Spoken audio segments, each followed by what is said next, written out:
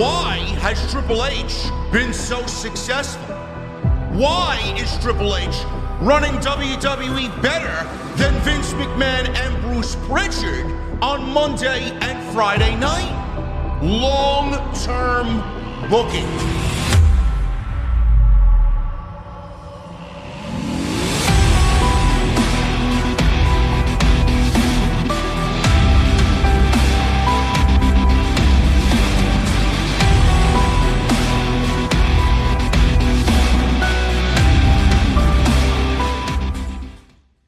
What is going on, guys? Thank you so very much for joining me right here on Off the Script. This is your Monday Night Raw Post Show for June 16th, 2025. I am your host, JD from New York. As always, coming to you live, not from the OTS venue inside my mother's basement, but I'm on vacation tonight, and I'm on vacation until Thursday, and we'll be back in the office on Friday, and you guys are going to get me remote for the next two streams. So you got tonight, no Tuesday Night Titans tomorrow.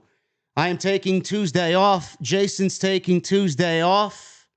We're not going to do episode 100 on the road, bro. We're not going to do it. I don't want anything to go wrong. I want things to be perfect. We're celebrating 100 episodes, and we're not going to do 100 episodes that way, man. We're going to do 100 when I'm back in New York, and we're going to get things right, and we're going to have a nice party and a nice celebration, and Jason and I are looking forward to that. It's going to be a big night, so thank you very much. Cut my hair, JD. You may be surprised, man. I'm in the process of looking up people to get the job done this week, man. So next time you see me on Wednesday, I might look a little lighter. I'll just say that. But next time you guys will see me live will be Wednesday. Jesse and I will be covering Dynamite. We are not going to miss Dynamite. It's from Arena, Mexico, and it's going to be a big night. And I would not miss that one for the world, man, because if you guys take a look at that card, I don't know, man, that seems like it's going to be a banger stream just by the way the card is shaping up on Wednesday night. And then Friday, we'll be back in the office, back to usual. You guys will get your air drums. You guys will get your venue. And we'll get the windows rolling down, and we'll all be asking on Friday night, what the fuck are you guys drinking? So I appreciate your patience, and I appreciate you guys hanging out with me tonight, even remote. I wasn't going to miss tonight because I knew exactly what we were going to get tonight, and that was Bill Goldberg. Bill Goldberg. I know, listen, man, the lighting in here is not sufficient, man. Do I look a little red? I look a little red. That also could be because I got sunburned. I don't know, man. Where am I? I don't know. That remains a mystery, but I am a little red. I did get a little sunburned. I was out in the sun for the last 48 hours this past weekend, so we're going to try and get through this the best that we can. And again, I appreciate you guys joining me here on your Monday Night Raw Post Show here. It is June 16th, 2025. And I know we all anticipated it. And I know we all have heard the rumors, and we've heard the speculation, and we've heard the murmurs from every dirt sheet in the IWC, and that was Bill Goldberg. He's back. We don't want him back, but he's back. And Bill Goldberg is back in the WWE. Apparently, the rumor was that he was going to wrestle Gunther in Atlanta at Saturday night's main event, and all of that became a reality tonight on Monday Night Raw. Gunther comes out and addresses the fact that he won the World Heavyweight Championship from Jey Uso only 7 days ago, and the fact that Rollins is teasing a cash-in not only for the WWE Championship, but for the World Heavyweight Championship. We don't know which direction Seth Rollins is going to sway in the wind. We didn't get Rollins during this segment tonight. We got Bill Goldberg. And when I tell you Bill Goldberg came out. He was already out of breath before the fireworks went off. He was already out of breath before he walked down the aisle. He was already out of breath before he climbed the ring steps. He was already sweating buckets of sweat before he got into the ring. I'm surprised he wasn't bleeding. Because you know how he likes to smash his head into the door of the locker room before he emerges from his locker room. And the man could barely walk. Bill Goldberg could barely walk. We are going to be in for a very long 3 weeks, ladies and gentlemen. Bill Goldberg is back. The match with Gunther is signed for July 12th, Saturday night's main event. Is it for the World Heavyweight Championship? As of right now, it's not. As of right now, it's not. I don't know why it should be. Why would it be for the World Heavyweight Championship? The guy did fucking nothing. He comes back, he asks for a match because it's his retirement match. Are we supposed to grant him a World Heavyweight Championship match because he's Bill Goldberg? No. No, it doesn't work that way. So we are headed towards that. I wish we weren't. And it seemingly looks like Bill Goldberg sort of had his retirement match tonight because he looked fucking awful. So we'll go over that because that was the biggest takeaway from Monday Night Raw tonight. The other big takeaways were the king and queen of the ring. Asuka returns. She advanced like I predicted she would in that match. Also with Stephanie Vaquer. And I know a lot of people are very high on Stephanie Vaquer. I am as well. She's the next breakout star in the division.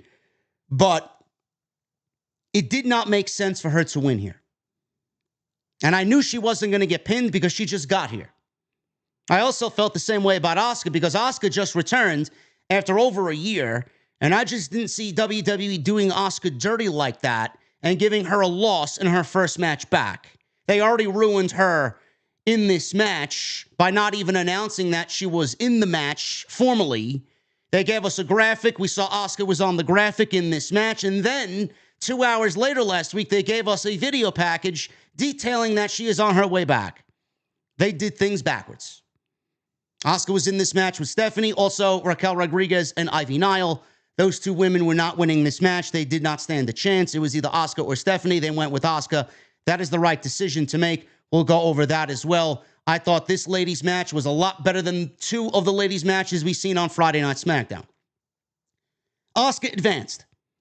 On the men's side, it was Sheamus, it was Rusev, it was Jey Uso, and it was Bronson Reed. Very, very good main event. I love all those guys.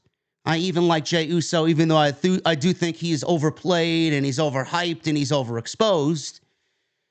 But man, what a circus that main event was. We got interferences from everybody. We got Sami Zayn out there. We got Cody Rhodes out there. We got LA Knight out there. I mean, it's crazy how WWE is just bunching everybody together and all of their tensions and problems are coming together. I actually quite like it. I thought this was a tremendous main event. I thought Sheamus looked great. I thought Bronson Reed looked great. I thought Rusev looked the best out of all four guys. And it's nice to see him get back in there with actual competition that's not named Akira Tozawa. He looked great. But in the end, Jey Uso won. And Jey Uso is going on to the semifinals next Monday against Cody Rhodes. On the SmackDown side, we have Sami Zayn and Randy Orton. Now, I don't really like Jey Uso even being in this tournament because only 7 days ago he lost the World Heavyweight Championship. And Adam Pearce put him in there.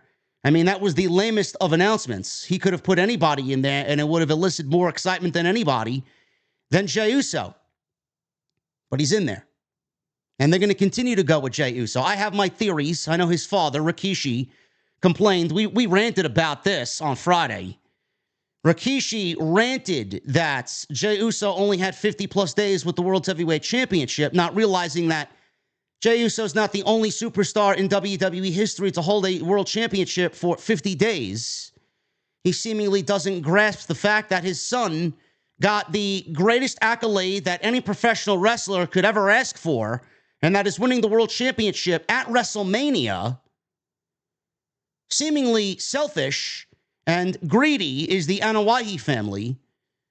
Jey Uso got a great moment, and it still wasn't enough. WWE bent the knee to Rikishi and put this guy in the tournament and then gave him a win tonight. Now, I don't really care for him being there. I knew why he was there. I knew exactly what WWE was doing.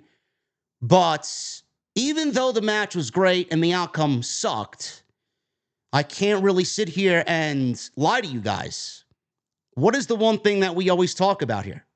Long-term booking. It's in the intro. This match with Jey Uso and Cody Rhodes is the personification, it's the definition of long-term booking, the history between these two guys, the probable outcomes and the directions that they could go in here. Randy versus Orton. Oh, Randy versus Orton. It's the same fucking guy. Cody versus Orton. Cody versus Orton.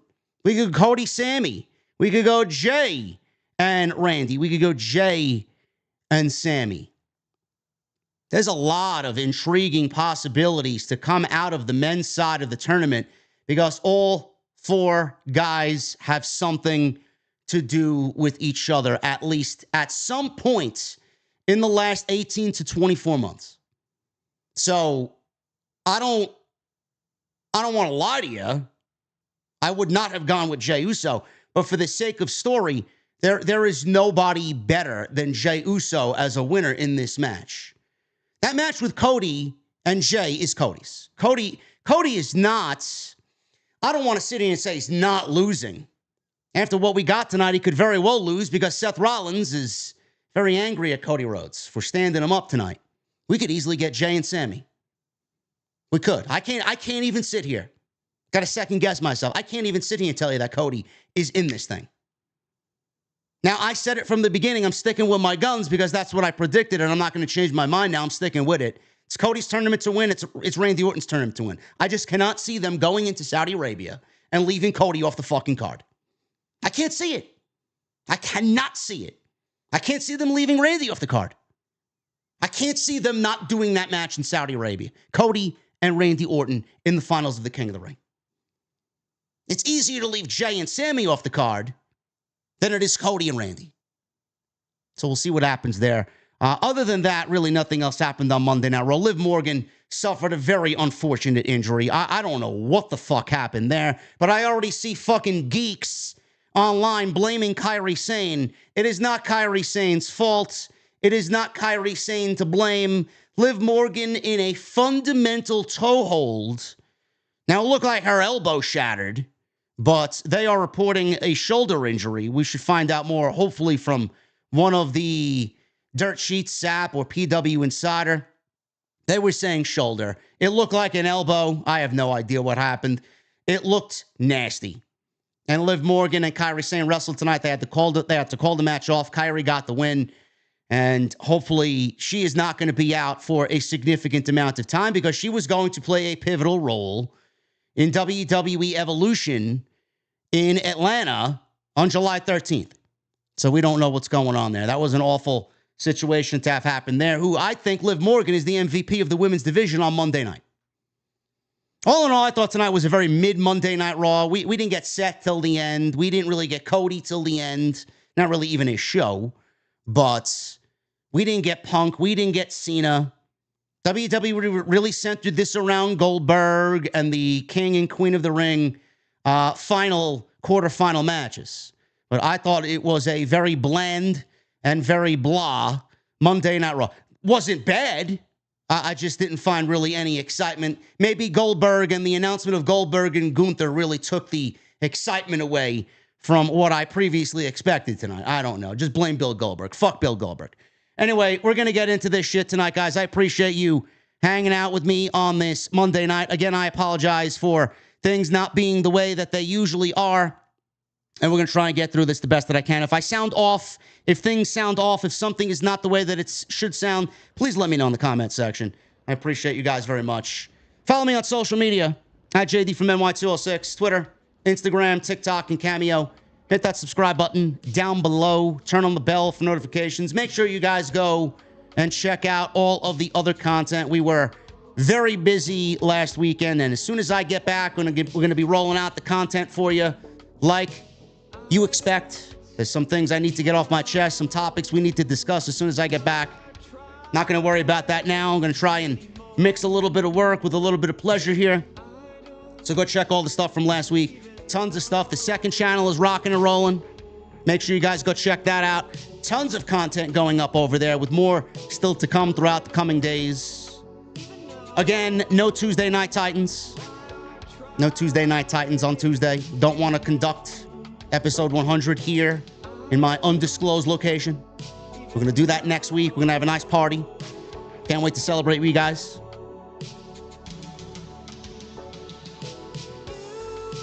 No sponsor tonight. We're going sponsor-free tonight, man. Sponsor-free. We got some great sponsors lined up for the end of the week, going on into Crown Jewel week, so stay tuned for that.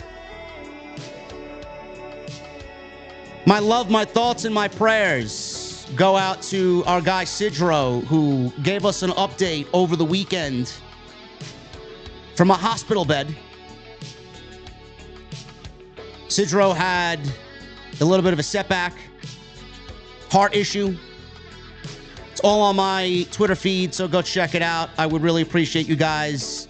Leave some thoughts and prayers to our resident comedian, Psycho Sidro. We love you, Sidro. Get well soon, man. Hopefully, you are either A, home, or are already in the process of being home. So, hopefully he is home. We love him. He is a very pivotal part of not only the Off the Script family, but Solid Monster Sound Off family. So make sure you guys go send him some love, thoughts, and prayers. And Super... Oh, there he is. He's in the chat. This fucking guy's in the chat. This fucking guy. Man, you believe this fucking guy? Holy shit, man. Sidro's in the chat. This guy has fucking... He's just all over the place, man. Nothing can stop Psycho Sidro. Love you, buddy. Get well, man. Get home soon. And Super Chats are open. Get them in there. We'll hang out at the end of the show. I got to shout out my guy, Matt, because he's already getting some big bombs in there. Oh, my goodness, man. I got best in the world, Matt, coming in with a $100 Super Chat. Holy shit. Matt was at the show tonight. He says, live from Green Bay. Show was decent. But when Goldberg made his exit, he hugged a few kids on his way out. One of the kids' dads completely mocked out and said Goldberg was his childhood hero. This is what pro wrestling at the end of the day is about. Much love off the script. Thank you, Matt. Appreciate you, buddy. Thank you, brother. Hopefully you had a good time tonight in Green Bay. You guys were great. Came across well on TV. You guys sounded lively. You guys sounded loud. Good stuff. Good stuff. Thank you, brother. Get those Super Chats in. We'll hang out at the end of the show. As always, they go nowhere. I got my cold beverage right here next to me. We'll hang out at the end of the show. So get them on in. It's the best way to support what we do right here on the channel. Let's get into this Monday Night Raw Post Show. Again, I thought it was a very mid-show. I thought it was very bland, very blah. Maybe you guys thought a little bit differently. We start things off tonight with Liv Morgan and Dominic Mysterio. They are out there. They entered the ring holding their respective championships. Liv Morgan won half of the women's tag team championships, which right now are in jeopardy of not even being defended at Evolution, with the rumor being that it was supposed to be Liv and Raquel versus the Bella Twins. They may have saved us from a match nobody really even gave a shit about. And Dominic Mysterio, the Intercontinental Champion, they just announced that Dominic will defend the Intercontinental Championship against AJ Styles at Night of Champions in Saudi Arabia. So they're out there. Liv welcomed us to Monday Night Morgan. I guess that's what she calls it when her and Dom are in the, never mind. And wanted to hear some noise for the most gorgeous man in all of WWE, Dominic Mysterio. I don't know if he's the most gorgeous man. Is he the one guy that other dudes are very envious of? Probably. I mean, he's got Liv, he had Rhea, and now he's got Roxanne chasing him. Could you ask for anything more if you're Dominic Mysterio? He's probably in the best position in WWE currently. Fans booed. Dominic said tonight wasn't about him. It's all about Liv Morgan. Morgan said Nikki Bella learned the hard way that this division was about her, and now Nikki was sitting hurt at home. That line came back to bite her in the ass tonight, didn't it? Morgan mocked Io Sky's comment that Nikki Bella paved the way. She didn't really pave the way for Io, and I don't really find that she paved the way for anybody on this roster, but that's the narrative that they're running with. We have to enjoy it for what it's worth.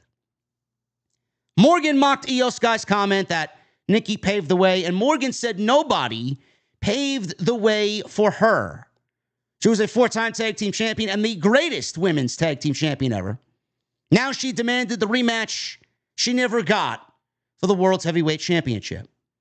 Just as Morgan was about to call her out, Io interrupted. Crowd chanted for Io, hot for Io. She told Morgan to do everyone a favor and shut her mouth. She said Morgan disrespected her and disrespected Nikki. Sure thing. Io was ready to fight her, but Morgan only wanted to do it for the title. Morgan accused Io of being scared and invited her to just hand the belt over. Sky told Morgan she had to earn a shot. Morgan couldn't just steal it the way she stole Dirty Dom from Rhea Ripley. Dominic said Io should give Morgan whatever she wanted, just like he did. Then again, Io, he suggested, just hands over the belt. She did, but then she drop-kicked Morgan out of the ring. She also drop-kicked Dominic, and then he ended up leaving and retreating with Liv Morgan. Again, I don't know what this really did for anybody, because I don't really get the sense, or I didn't get the sense that they were going with Liv and Io for Evolution. Revolution's AEW. We don't want to talk about them. Evolution.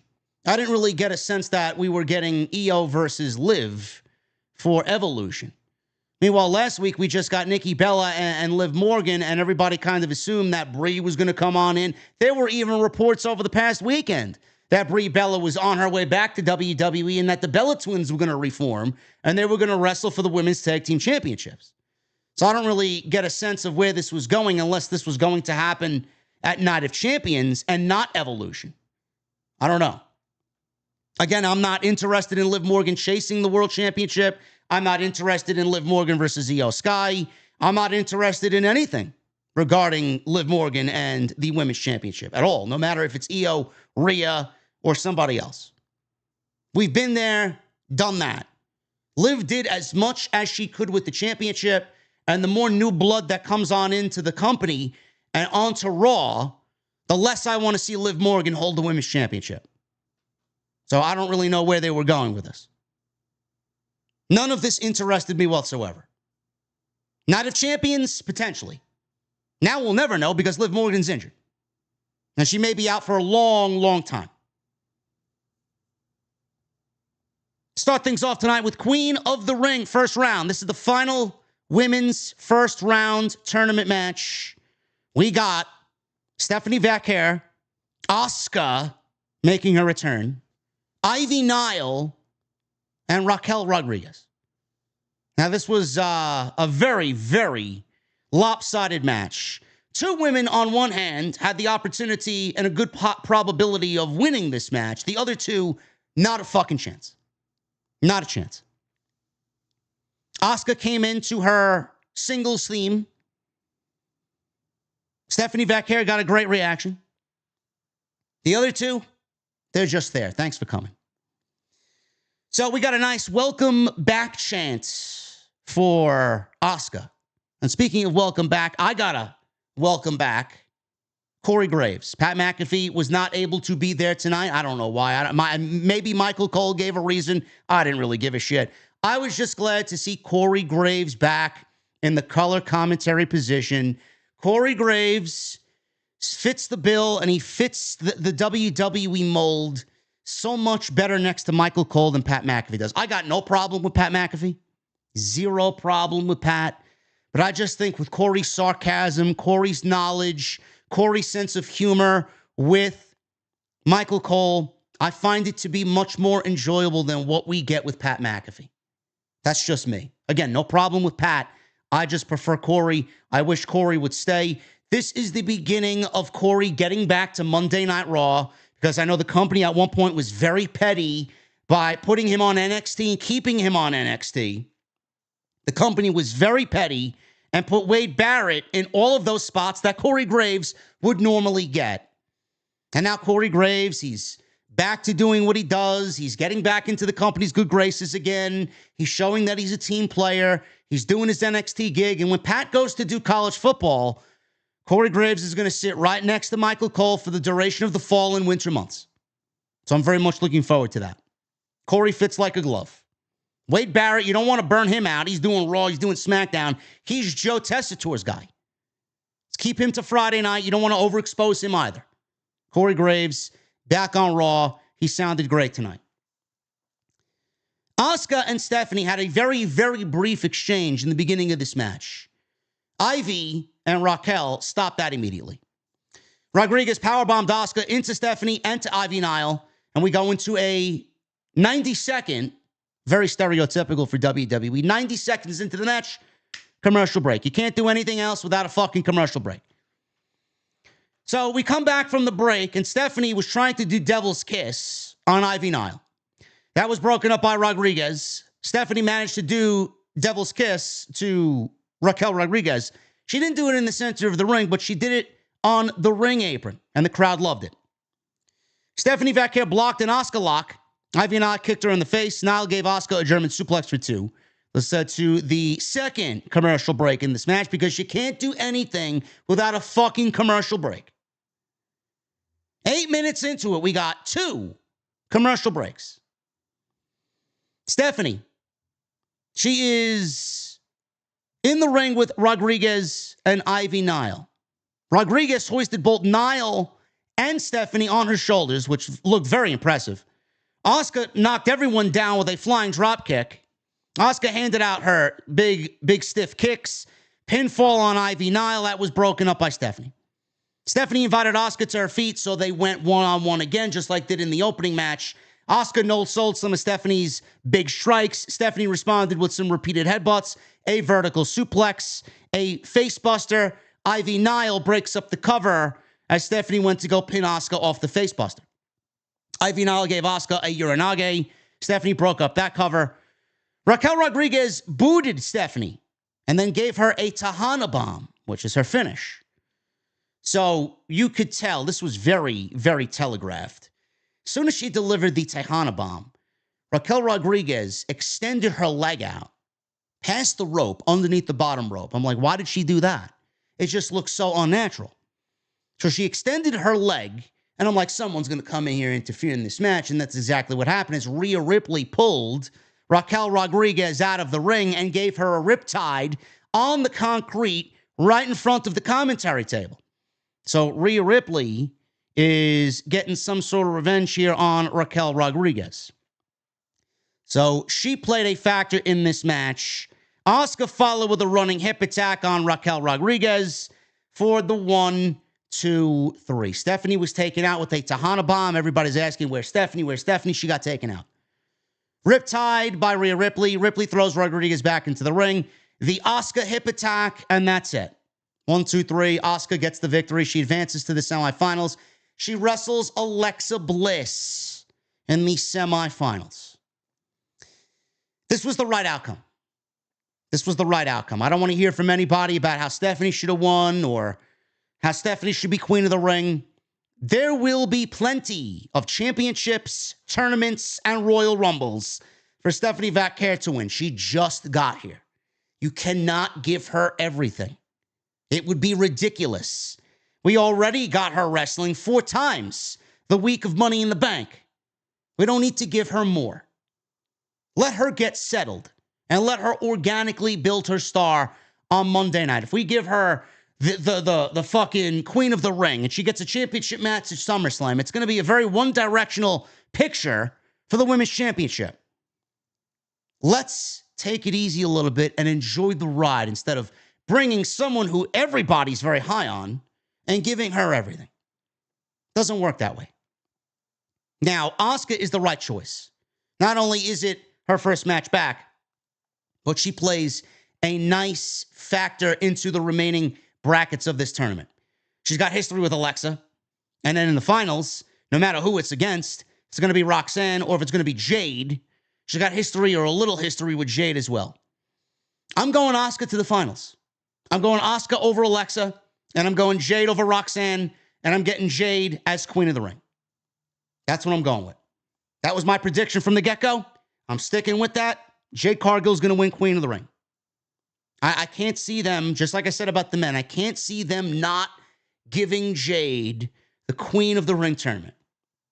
Naomi holding the briefcase is the answer to everybody's question. Because when Jade either gets a championship match or wins the championship, who is going to be there to stop Jade Cargill from winning the championship? Whether it's she ruins Jade out of winning the title or steals the title from Jade after she wins it. And then you got that big X factor in it named Bianca Belair. Is she going to remain with Jade? Is she going to side with Naomi? Is she going to stay a babyface? Is she going to go heel? That's the way to go. I feel like Jade is the right winner.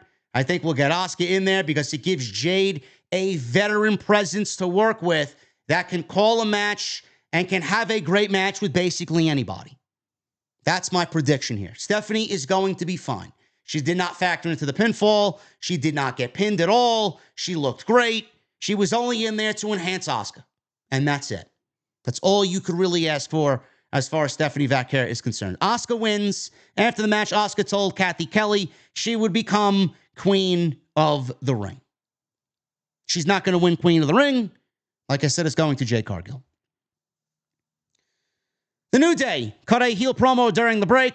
Xavier Woods was dressed as the Godfather. Every time I talk about the WWE Men's Tag Team Division on this show, I really feel like falling asleep. You guys know me. What have they done to really fix this division? Nothing. Nothing. They got the New Day playing dress up, and they're standing next to two losers in Austin Theory and Grayson Waller, who are still a fucking tag team, by the way, that they continue to build as a team breaking up, by the way. I don't know where we're going. I don't really care.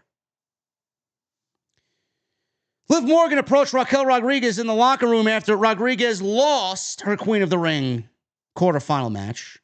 She was in the Judgment Day locker room, icing down her injuries. She wanted her and Raquel to go somewhere and leave the dressing room, leave the Judgment Day clubhouse. Rodriguez says she wasn't up for whatever it was because she's not medically cleared by the WWE medical team after just wrestling. Morgan left and said, you know what? Fine. I'll deal with it on my own. I don't know what she wanted to go deal with. Maybe she wanted to go deal with Io. We didn't really see or hear from Io for the rest of the show. There was another disagreement between Dom and Finn Balor here. Balor brushed it off. Balor was laughing because Liv Morgan stormed out of the Judgment Day clubhouse. He's snickering like a little child who is loving every bit of Liv Morgan's frustration here. Dominic is not an idiot. He sees it. He knows it. He feels it. He knows exactly what Finn Balor's doing. It's going to come back to bite Finn Balor in the ass, no doubt about it. The crowd repeatedly yelled what throughout this entire segment, even though it did not take place in the ring. Balor told Rodriguez, don't worry about Liv, and he ended up leaving with Roxanne Perez and left the rest of the Judgment Day in the clubhouse. Gunther and Bill Goldberg. You know, the less I say about this, the better. I know there will be people out there that are excited about this. I'm sure there will be people out there. I'm sure there will be reaction streamers, just fake excitement about all this. It may be their first Bill Goldberg match for all I fucking know. Gunther entered and received a big entrance, fireworks, celebrating his two-time WWE World Heavyweight Championship achievement. Gunther's in the ring with a microphone. He said he was man enough to admit that Jey Uso was the better man. He was the better man at WrestleMania. Jey was better than him for one night. I don't even think he was better than Gunther on one night. I don't. Gunther's just being nice. But on every other night, Gunther is untouchable. I don't really see any lies by Gunther. I don't hear any lies. These are factual statements. Gunther heard the rumors about what was next for him. The crowd in Green Bay chanted Goldberg. So either the crowd in Green Bay lives and dies on social media like the rest of these fucking geeks, or they're really just that smart of a fan base. Best in the world, Matt, can you confirm in the chat that Green Bay is a smart pro wrestling town? How did they know that Bill Goldberg, was coming back tonight on Monday Night Raw. Maybe everybody's in the know. Maybe the pro wrestling fan nowadays is just way too smart, bro. Even the fucking casuals are growing a brain. Gunther heard the rumors. Some fans chanted for Goldberg. Gunther said, no. We're not talking about that guy, he says. Because he already cussed him out in front of his family. Gunther spoke about Seth Rollins. He heard Rollins say the champion would be a target. He also told Seth Rollins, I'm right here whenever you are ready to make me a target. As soon as he stopped talking about Seth Rollins, that fabled, bone-chilling, I never want to hear it again theme music played. Crowd reacted big. I expected them to. Goldberg, his name stretched across the screen on the stage. Goldberg comes out. He's got some new merchandise that I'm sure they're going to make a lot of money off of. How do we just suck the people dry for a Bill Goldberg return? We got 3, count them folks, 3 new t-shirts for Bill Goldberg up on WWE Shop after tonight. You know how many this guy's going to buy? 0. I'll buy them just to fucking burn them. Gunther is looking at Goldberg walk down the aisle. Fireworks went off. He did his little entrance gimmick thingy. This guy was dripping buckets of sweat before he even walked down the aisle. This guy had a noticeable limp as he walked down the aisle. This guy climbed the steps, and the camera guy had to shoot away because he could not climb the steel steps into the ring properly. Goldberg is getting a retirement match, and it already seemed like he had his retirement match upon entering the ring just to have a fucking promo face-to-face with Gunther. He wore one of his new t-shirts, Goldberg's Last Ride. The fans chanted for Goldberg. He thanked the fans. Goldberg told Gunther not to worry because tonight was his night. Goldberg congratulated him on winning the title. Goldberg then got in his face and recalled what happened between them last time in Atlanta during Bad Blood. We're going all the way back to October, which, by the way, WWE never followed up on. It happened that one night, and we never seen about it or heard about it ever again. It happened on one night, and they finally made mention of it tonight because Atlanta is the key. He got in his face and recalled what happened between them last time with Gunther getting in Goldberg's family's face in Atlanta during Bad Blood. So Goldberg clearly said, he started it in Atlanta, I'm going to end it in Atlanta. Saturday night's main event on July 12th. You're mine because you're next. Gunther was upset. He left the ring. Bill Goldberg tried to climb the second rope. He had trouble climbing the second rope, ladies and gentlemen. This guy had already documented that he can't run at full speed. He's got 2 bum knees, and he's got a shoulder that hasn't worked correctly in years. I know it's going to be 3 weeks. I know the match is probably going to not even last 5 minutes. I'm sure it's going to be in and out, boom, boom. Thank you, ma'am. Goodbye. Have a nice retirement, Bill. That doesn't mean I want to see it.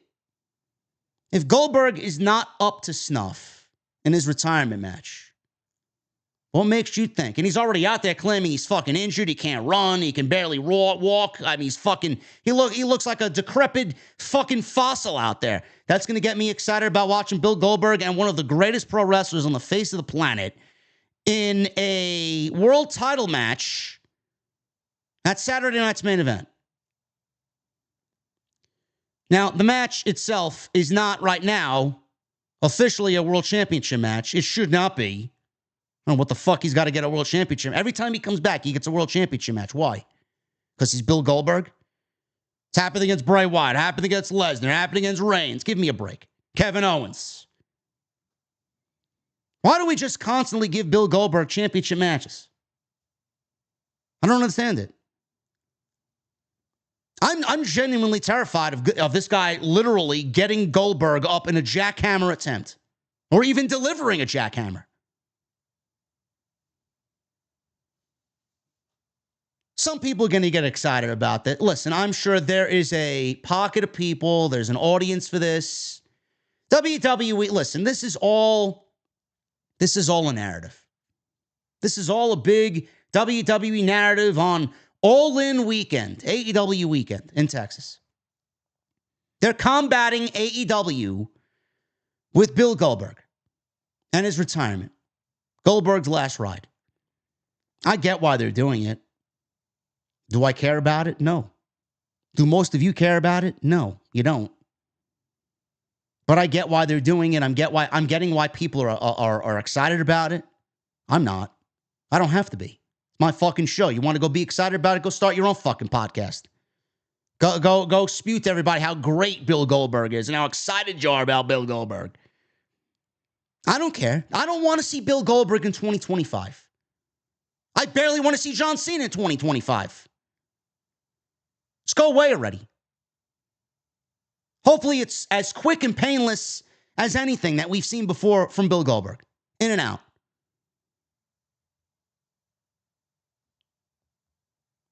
AJ Styles. He went one-on-one with JD McDonagh.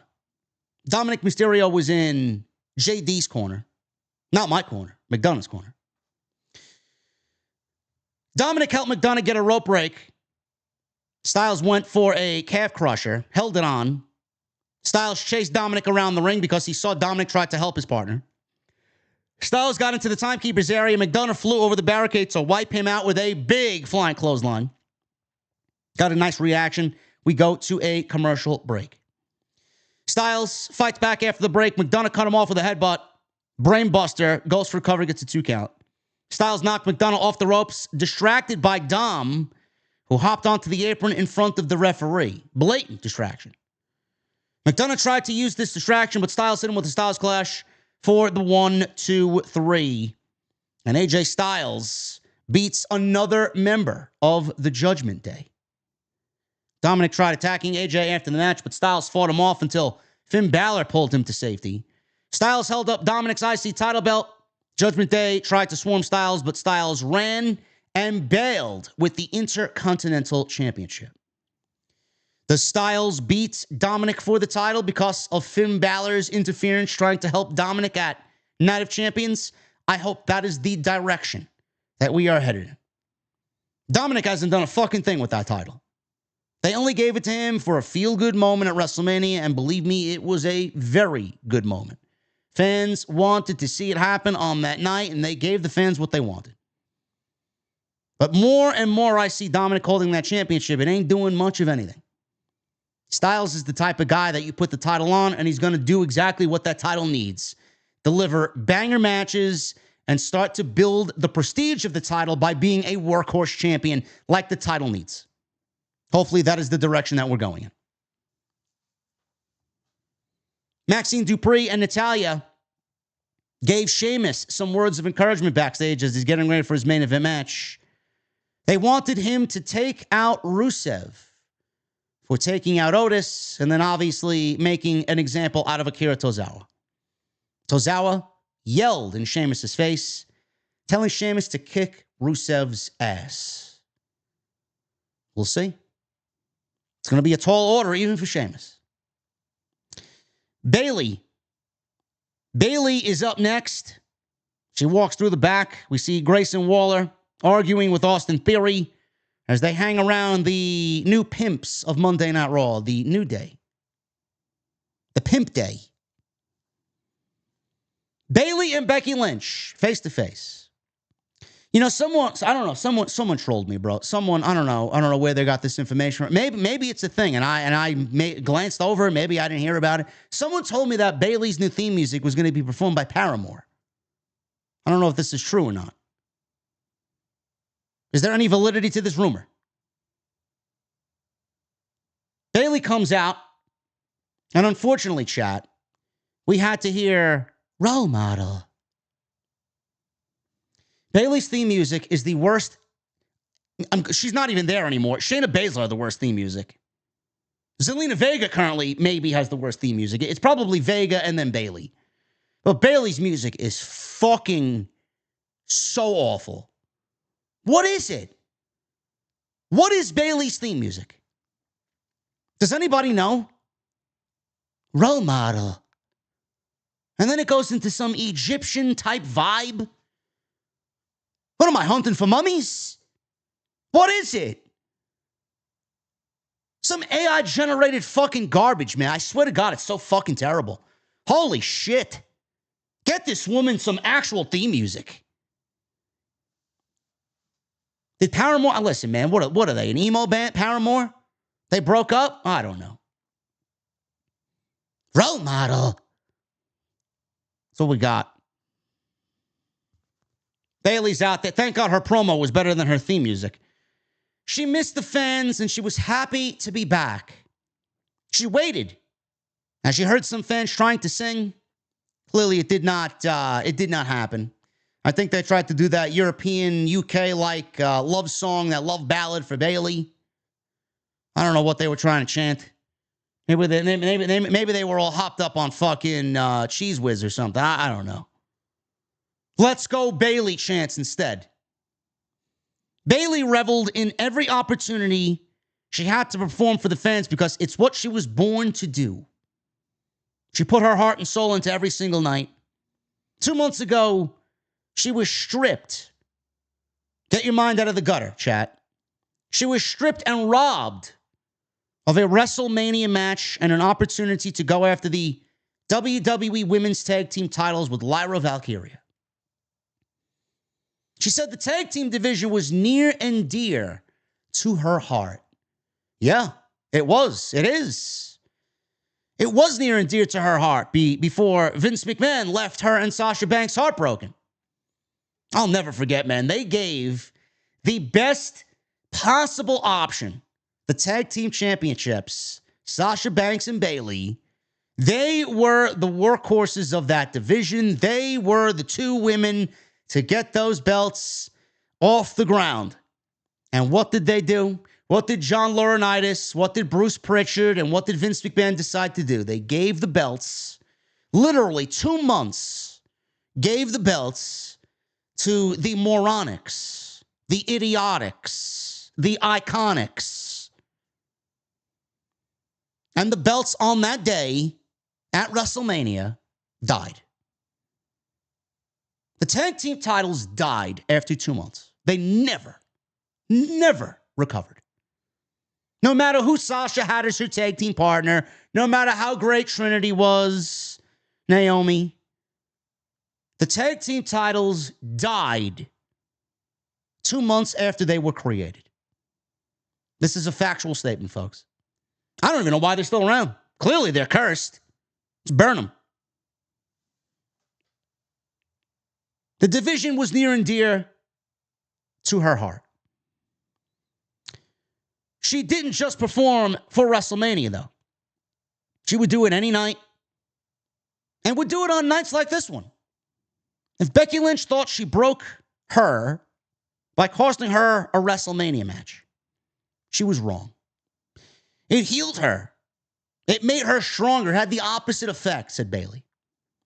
Bayley said Lynch was always 2 steps ahead of her on the ladder, and she admitted that it did eat at her while she was away.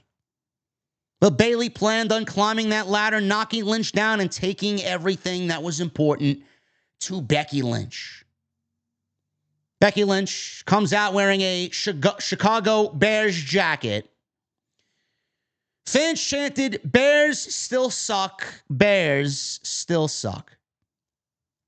Lynch said she and Bayley were the same. They were never meant to be on the top of the division. But Bayley accepted playing second fiddle while Lynch did not. Bayley would much rather have friends over her legacy. Lynch would rather have her legacy over some fake-ass friends. Now, I don't want to jump to conclusions here, chat, but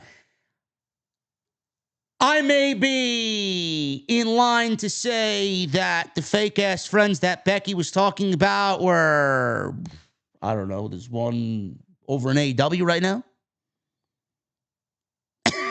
Mercedes, Monet, maybe.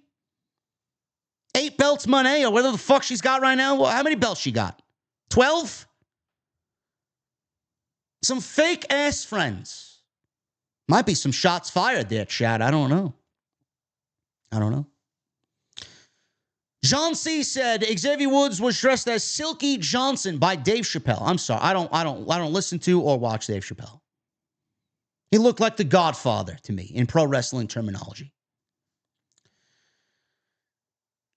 That's exactly what she meant, says Chad.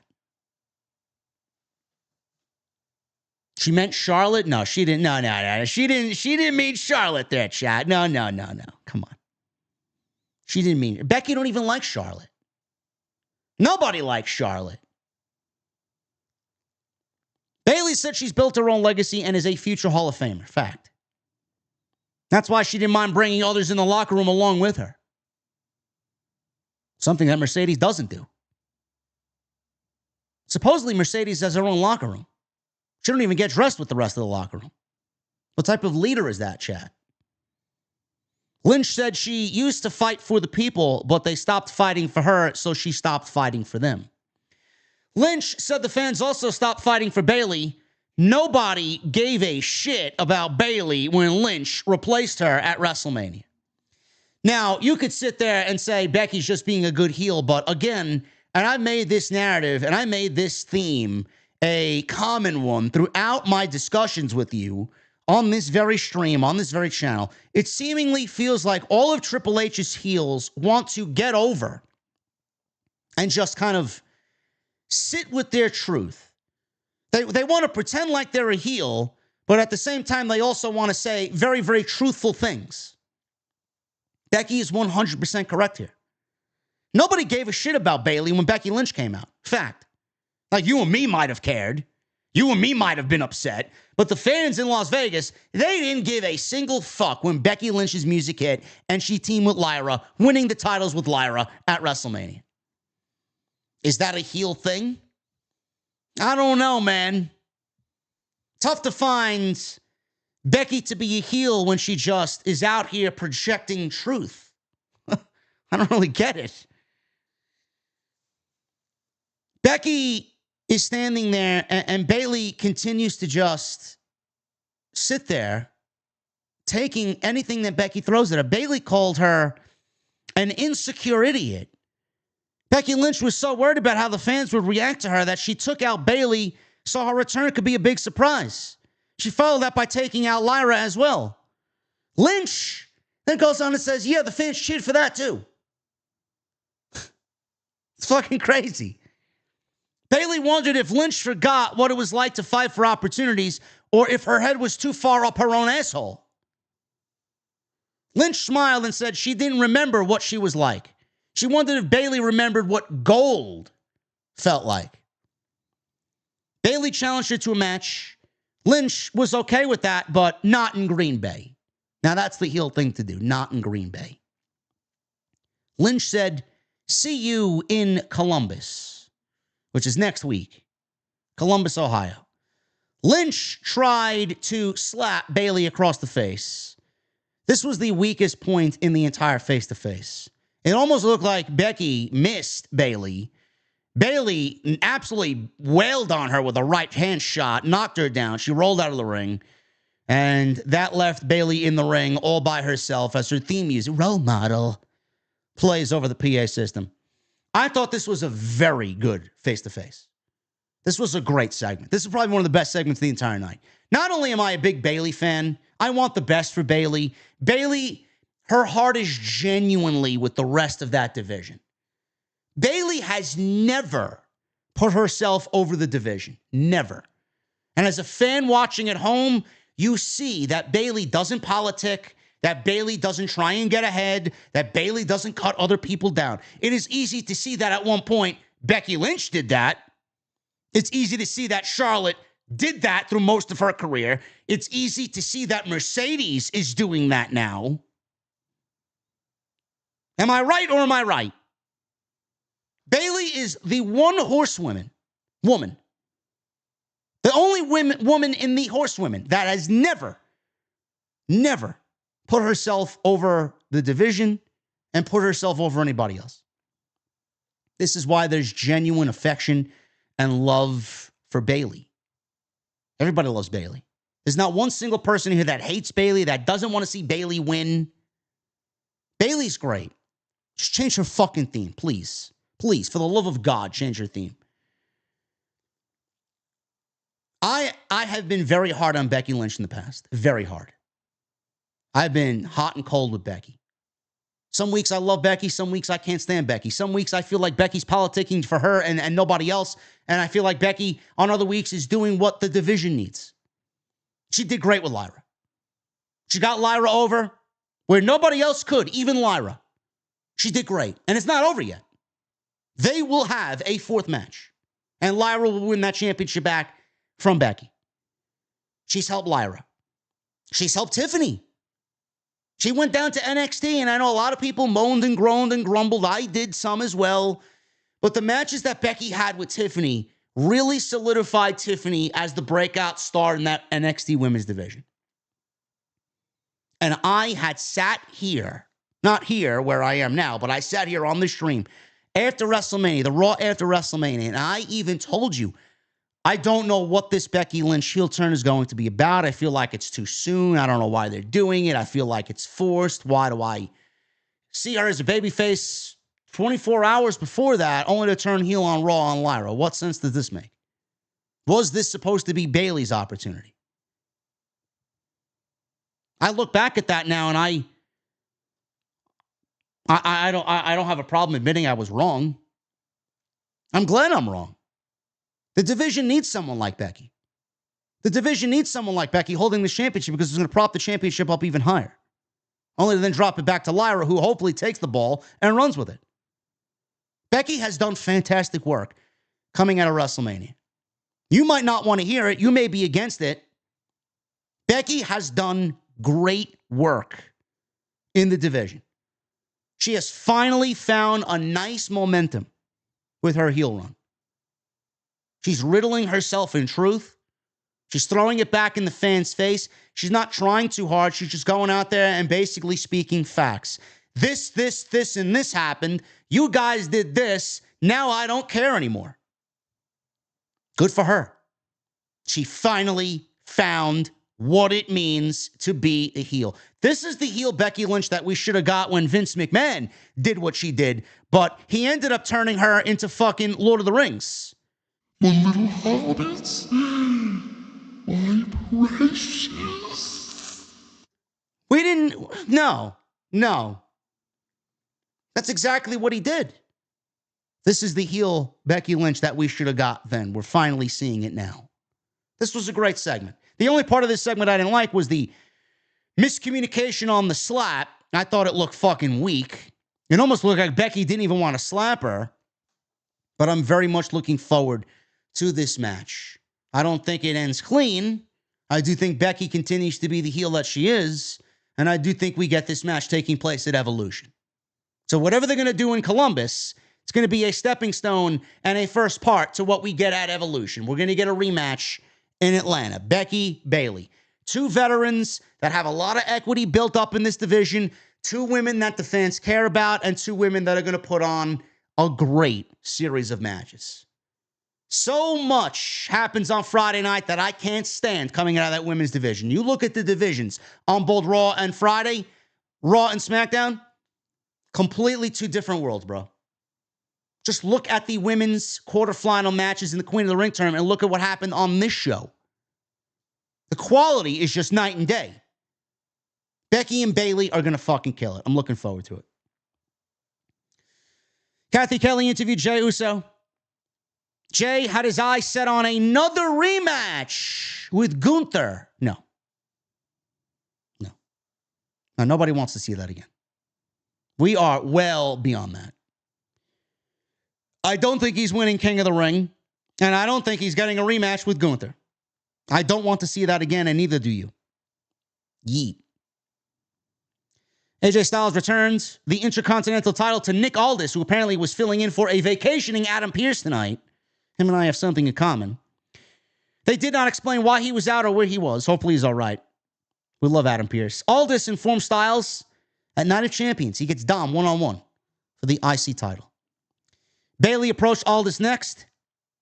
IC title will be on the line. Becky defends against Bayley next week in Columbus, Ohio. It is official. Lyra approached Bayley. Bayley apologized for not returning her texts and calls over the past few months. Lyra was annoyed but understood that Bayley was simply doing what was best for her. Lyra said she would do what was best for her as well. Good. Lyra should not be concerned about what Bayley's doing. Go out there and take what you feel you deserve. Kairi Sane and Liv Morgan. This did not go much at all. This match was stopped due to injury. I wish I did not have to report that. Match was stopped due to injury. The first part of the match was Sane going for a takedown, and Morgan, this was a fundamental drop toe hold, bro. Morgan fell down with her elbows firmly planted in front of her, came down on her right elbow, and all of a sudden, they showed this in slow motion. You saw the ripple effect of something happening in her elbow. Bone shattering, something being disjointed and fucking broken as you're watching it live on television. It looked nasty. Nasty. They stop the match. They go to commercial. They tell us that Liv Morgan had an injured shoulder. Doctors tended to her and walked her to the back. Kairi wins by referee stoppage. And they show a full-blown John Cena CM Punk segment from Friday Night SmackDown. Now, I don't know what they're going to do here with the plans for Evolution, but clearly things are not going to happen as planned. The rumor was the Bellas, Nikki and Brie Bella, Nikki was not on the show this week, against Liv Morgan and Raquel Rodriguez for the women's tag team titles. I don't know what we're doing now. I don't. Do we get Rhea Ripley and Nikki Bella versus two other women? I have no idea. Raquel Rodriguez and Roxanne Perez. I have no fucking clue. I have no idea what they're doing. No idea. Liv Morgan has been the MVP. One of the MVPs. I don't even think I could say the MVP. Becky is having a tremendous year so far. Liv Morgan was most certainly the MVP of last year. Liv Morgan killed it in the first 3 to 4 months of this year. She has been a very pivotal part of that women's division. Tag team titles don't mean shit. But her herself has been great. She's had some really great performances. Royal Rumble was great. The Elimination Chamber was fucking fantastic for Liv Morgan. But outside that, I can't really sit here and tell you that she's had much else going on. And now this injury, I just feel bad for her. They clearly had her set up for a major part of Evolution. She's probably going to miss that now. She may miss SummerSlam. Something so simple. Something that was clearly planned, and she got injured on it. And no, I already see people claiming it's Kairi's fault. It's Kairi. Kairi didn't do anything. What are you talking about? Kairi did what she was told to do. Kairi did exactly what the producers told her to do. This was a scripted television match. She did what she was asked. Drop toe hold. Liv Morgan went down wrong. Or she tried to go down the right way and something went wrong. You get in there and you can get injured. Before you know it, you're out fucking 3 months, 4 months. I feel bad for her. It looked nasty. Roxanne's probably going to take Liv's place. They got a built-in story. And when Liv gets back, she'll probably end up taking out Roxanne. Roxanne is going to be the new Liv, which is only going to facilitate a Liv Morgan babyface turn. So just like, it's just coming full circle, bro. Coming full circle. This is how weird things end up becoming. Rhea Ripley went out for 3 to 4 months because of Liv Morgan and something that happened. Nobody intended Rhea Ripley to be out. WWE did not intend Rhea Ripley to give up the fucking championship when she did. Liv Morgan was the right woman for the job. They gave it to Liv Morgan, and she carried the division. She made herself into a bigger name, a bigger star. Rhea Ripley came back. She got what was owed to her because she never was planned to lose the championship and never planned to be removed from the top spot. But Liv Morgan built the division up around her. They played into the fact that Rhea came back going after Liv, and they built a story around it to a championship match on January 6th. By that time, Liv was a bigger star because of it. Now Liv is out, and Roxanne is going to take her spot. And the same thing that Rhea did for Liv, and Liv did for Rhea, Roxanne is going to benefit from Liv, and Roxanne is going to be the one to benefit from everything that Liv Morgan built here. And when Liv comes back, she's going to take that from Roxanne. And Roxanne, hopefully, is going to be in the same position and have that same star built up that Liv Morgan had because of Rhea Ripley. Shit happens, bro. Kairi is not to blame. And if you see anybody on social media blaming Kairi, just courtesy of me, you can tell them, JD says you're a fucking idiot. Get off social media. Sami Zayn. He did an interview backstage until he was interrupted by Karrion Kross. Kross thought Zayn was insane for doing the same thing over and over, expecting a different result. Kross said Randy Orton would beat him and go on to win number 15. And Zayn would stay at 0 world titles. Zayn called Kross a coward for lurking in the shadows, and he wondered if Kross had the courage to back up his words. Zayn has talked a big game, lost, and had the courage to pick himself back up and go back out there again, no matter what. Kross could not say the same. Zayn was tired of hearing from Kross every single week, interrupting him, lurking around. Zayn's focus was clearly the king of the ring.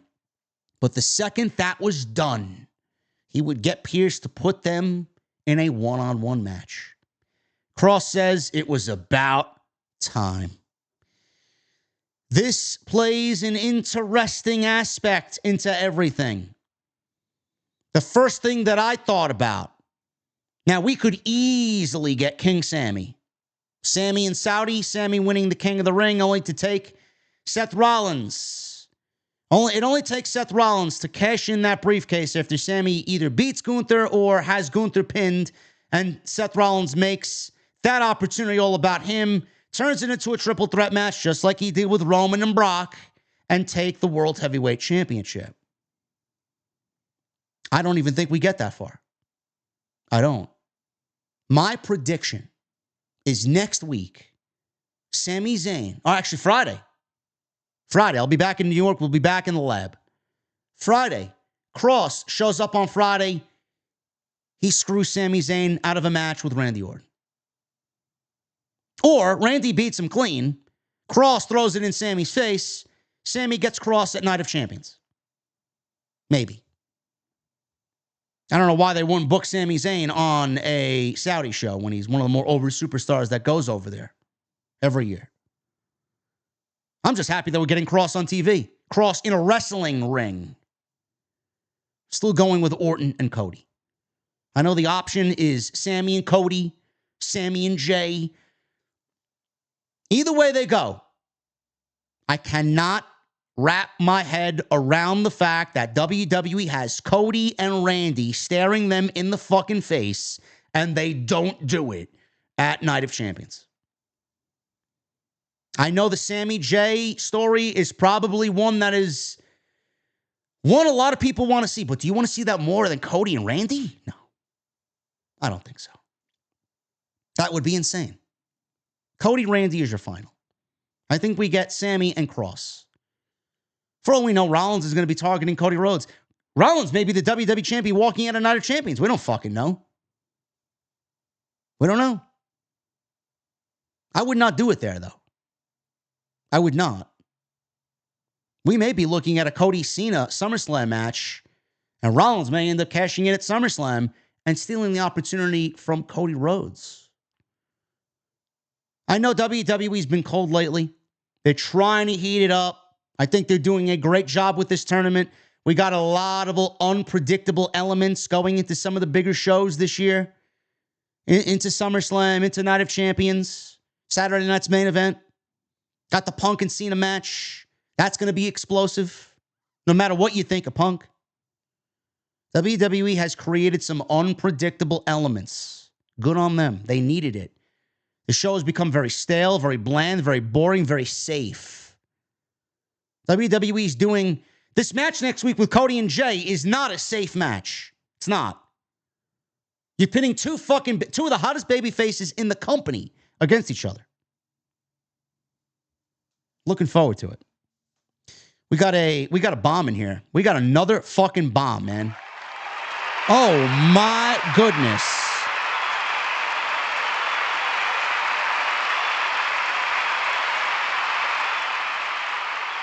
Effing Raw Flash with a $100 super chat. Oh my fucking goodness. This guy coming in big over here, man. We're not even at the venue tonight. This guy's coming in big. Few things he says. Number one, I predict Jey beating Sami in Night of Champions, leading to the Sami turn at SummerSlam. Seth cost Cody next Monday, leading to a 6-man tag team match at Saturday night's main event between Rollins Group, Rhodes, Orton, Knight. 3, my 21st birthday is on the 28th. Any drink suggestions? OTS for life. We're going to give this guy another round of applause, man.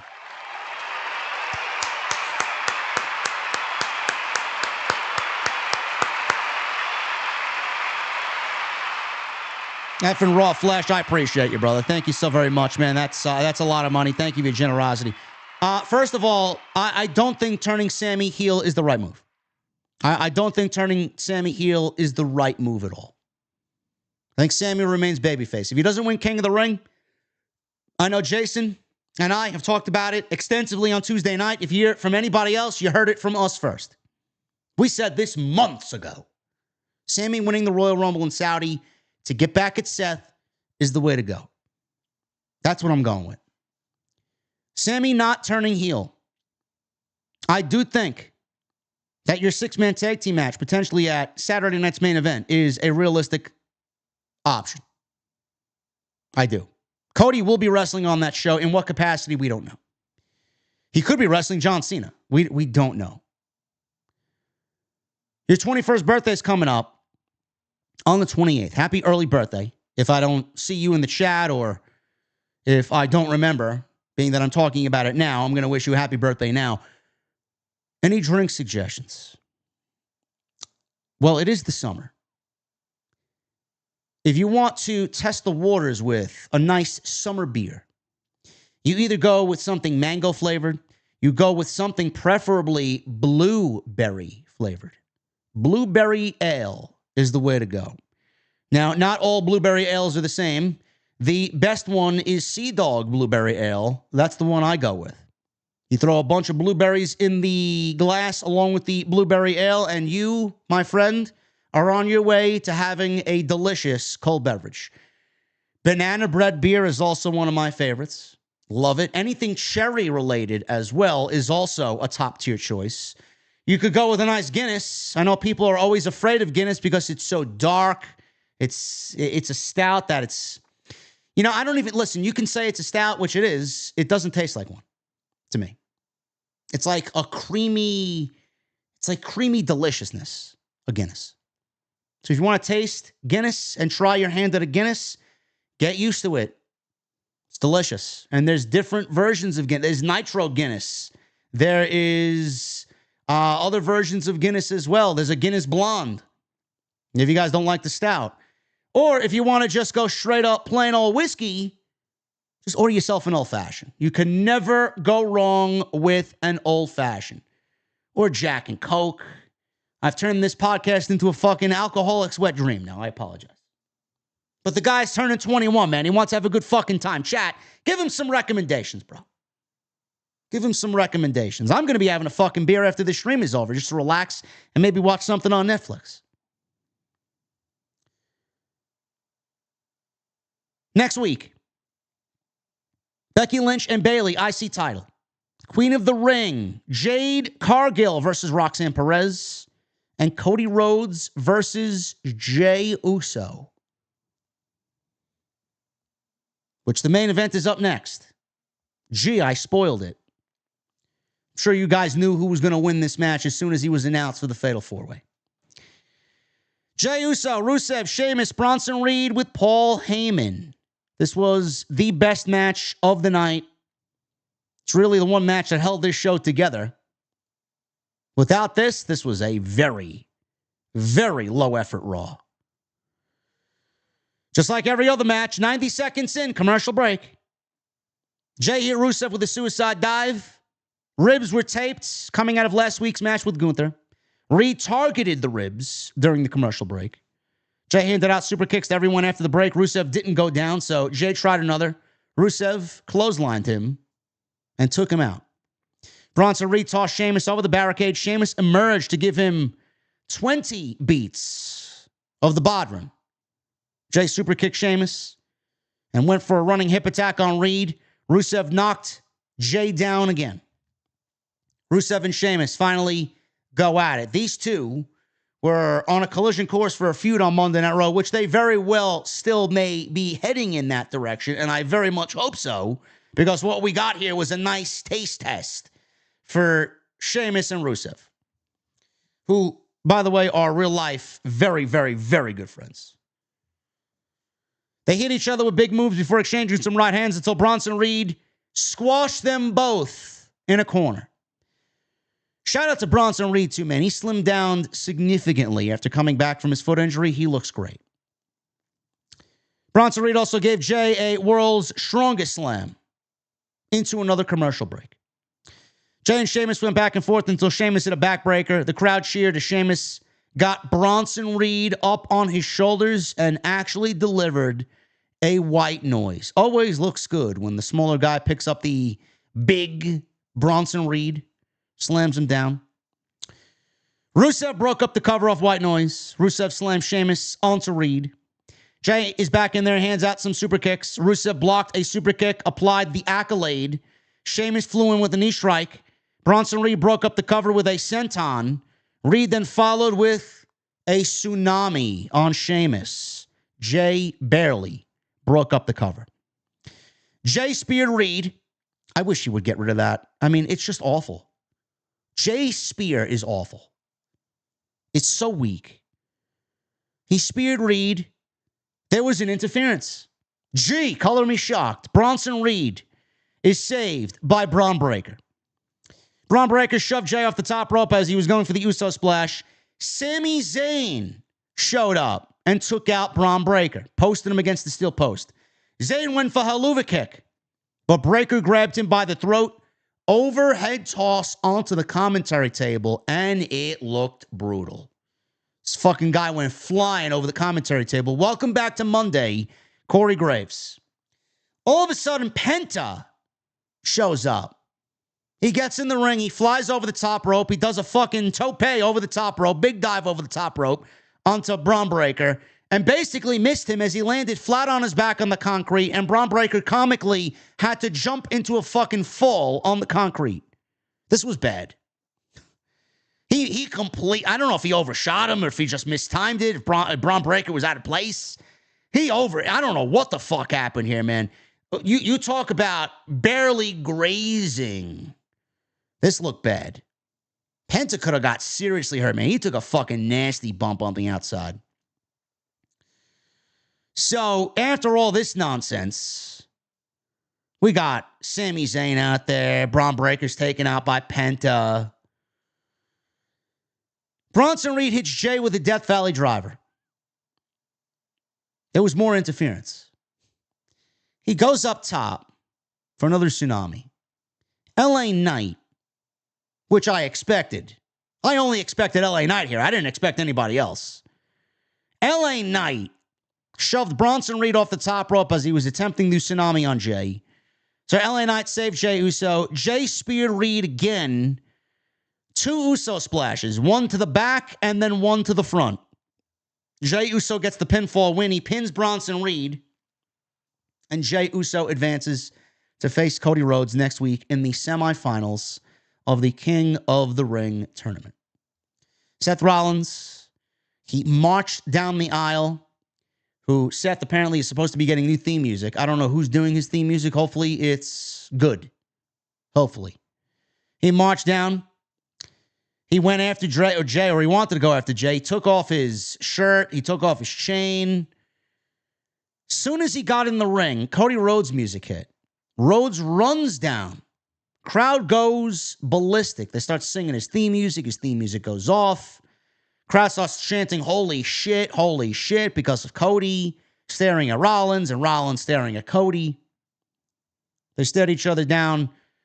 Rollins backs away, seething angry. He does nothing about it. I'm sure he's festering on cashing in when Cody least expects it, or maybe takes the title away from John Cena, so he just says big fuck you to Cody Rhodes because he knows Cody wants to beat Cena for it. Rhodes and Jey face off in the middle of the ring before shaking hands, and that's the way Monday Night Raw went off the air. If you have a problem with Bronson Reed taking the pin here, don't. This was a circus. There was so much outside interference here, it almost doesn't even matter. You're not going to pin Sheamus when Sheamus is getting into a match with Rusev. You want to keep both of those guys relatively strong. That is another program set for Monday night. You want to keep them strong. It's easy to make Bronson Reed look good with the plethora of outside interference here. You had Sami Zayn take out Braun Breaker. Braun Breaker's out there being taken out by Penta. It's just fucking chaos. And LA Knight, after all that, shows up and takes out Bronson Reed. I get that he just got back. You don't want to make Seth Rollins' group look weak. But LA Knight cost Bronson Reed. Braun Breaker cost LA Knight. You didn't think that LA Knight was going to show up and return the favor? Of course he was. I have no problem with this. Bronson Reed was the right guy to get pinned. As soon as they announced Jey Uso in this match, I just knew he was going to win. You knew he was going to win. And I don't want to talk conspiracy garbage, but it's kind of difficult not to. Rikishi went on a rant late last week about Jey Uso, his son, losing the World Heavyweight Championship in 50 days, and he just blasted WWE creative. He just didn't know how to weather his emotions. Jey Uso had an admirable run. He did the one thing many people dream of doing in this business. WrestleMania, world title, getting a WrestleMania moment. Some people get 0 WrestleMania moments.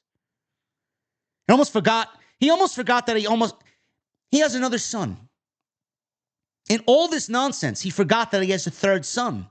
He has another son, Jimmy Uso, who's in one of the more decorated tag teams of all time, with Jey doing nothing. Solo has been treated and miscast. He's not doing much of anything. But Jey is the one he's focused on. He's got 2 other sons not doing anything, yet he's bothered by Jey Uso.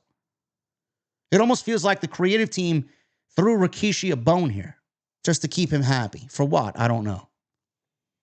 Now, granted, sure, Adam Pearce or WWE could have announced anybody in this match and it would have been more exciting than a Jey Uso pick. Sure.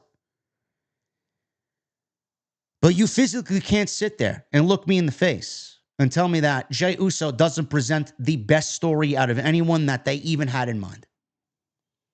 Jey and Randy, Jey and Sammy, Jey and Cody. Jey presents the best story possible. I don't give a shit who you are. I don't give a shit what you're doing. I don't give a shit what wrestling promotion you are in charge of. The one thing that you need to put as the top priority over everything, including someone's feelings, including a dream match, including fans who may not want him in yet another high-profile match because they're tired of seeing him and he's overexposed and it's getting a little bit too much and it's cringy. I get it. Story is king. Every time, 100%, story is the way to go. Jey Uso presented the best story out of anybody else in that match. Jey Uso presented the best story out of anybody that you were hoping, including a Karrion Kross, who a lot of people lobbied for and asked, why isn't Kross in this match? Jey was the best choice for storyline purposes. That's why. Not a real surprise. Jey so advances. He's got Cody Rhodes next week on Monday Night Raw, and it presents a very unpredictable environment where Triple H books safe. I don't really call this match safe, bro. I think this is as unpredictable as Triple H will get in 2025. Thank you guys for a great stream, man. Hopefully you guys enjoyed it. Hopefully I sounded okay tonight. Hopefully I looked okay. Again, I apologize, man. I'm a stickler for quality, man. You know, it's very difficult for me to do anything without my branding and my backing behind me, you know? Hopefully you guys enjoyed the stream. Hopefully you understand. We had 2,800 people in here at one point, man. It's like I'm not even needing the venue. You guys show up anyway. Appreciate you. Did I sound all right? I got my mic, I got my Rodecaster, I got my laptop. We're good to go, bro.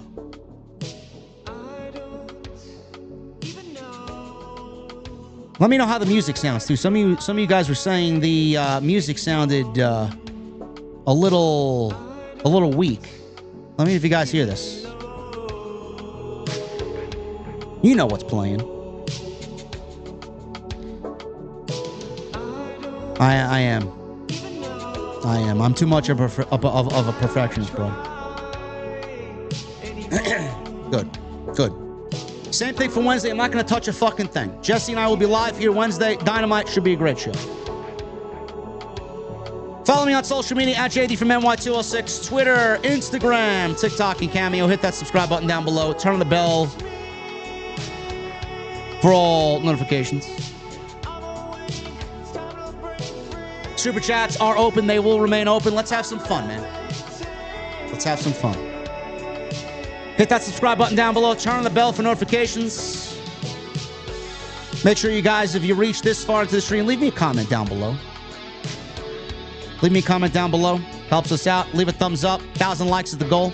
If you guys are in the stream have not hit the thumbs up, we got 800 likes, man. I need another 200. 1,000 is the goal. Again, FYI, no Tuesday Night Titans tomorrow at the Solid Monster. We're taking the night off. I'm taking the night off. I'll be back with you on Wednesday. Wednesday night, Jesse and I covered Dynamite. Thank God it's not 4 hours.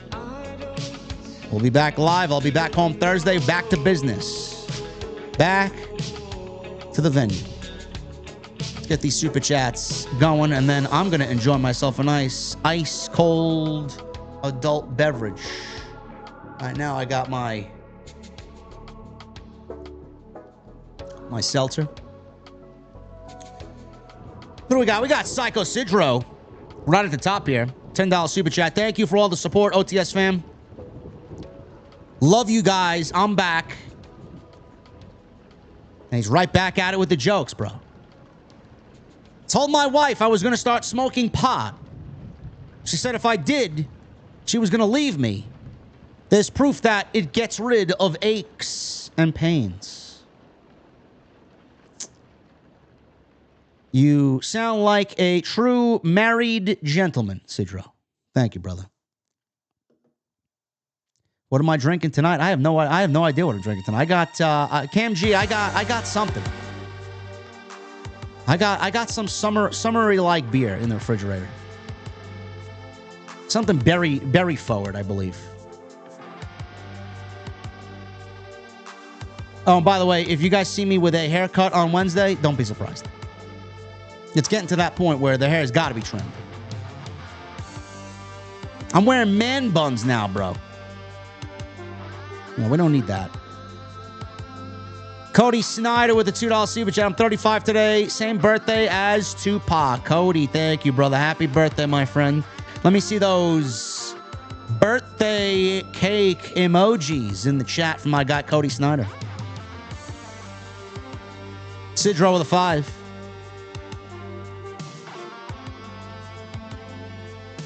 I bet British people be having sex like, yes, splendid. Ah, indeed, scrumptious. Carry on. Good heavens, I'm arriving.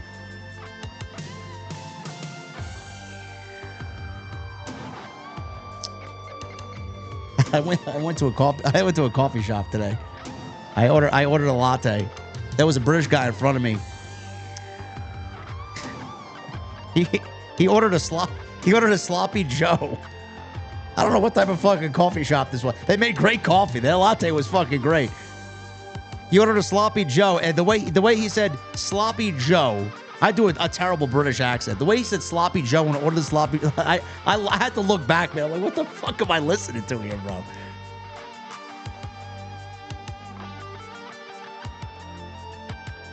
Thank you, Sidro.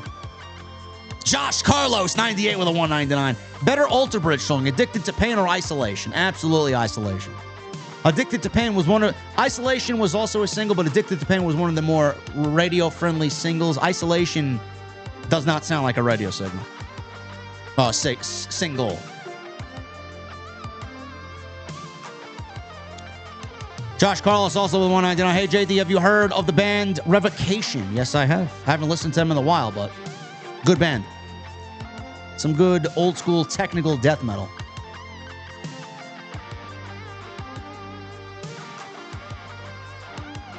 Hardcore Kevin with a 5. When Goldberg is about to do a spear, both of his kneecaps should pop and then collapse into Gunther's powerbomb. Then Goldberg's back breaks in half. That actually may be the match, bro. We don't know.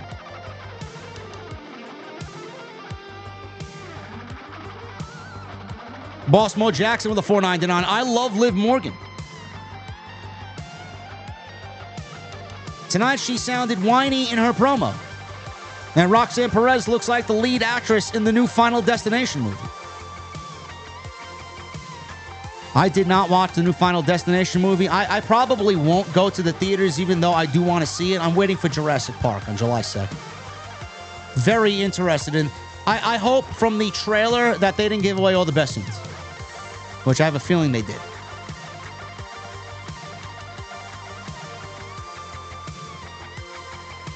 Fallen Exposure with a 5. Get well soon, Liv. That dislocation sucks. Had it happened to me more times than I can count. She will probably be back in a few months. Yeah, that looked pretty gnarly, bro. That was awful. Joey Taylor with a 5. I can't believe Triple H saw Tony put Omega, Okada 5 and thought, yeah, let's do Goldberg versus Gunther that night after All In. That's Saturday night's main event. Bro, I don't think they give a fuck what's on the All In card. They just want to steal whatever thunder AEW is going to have that weekend. And they are going to succeed at doing that.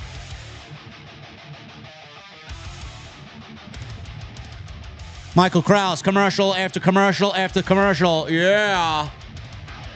Thank you, Michael. Yeah, I hate these fucking commercials. And yes, Jon Moxley is getting sued.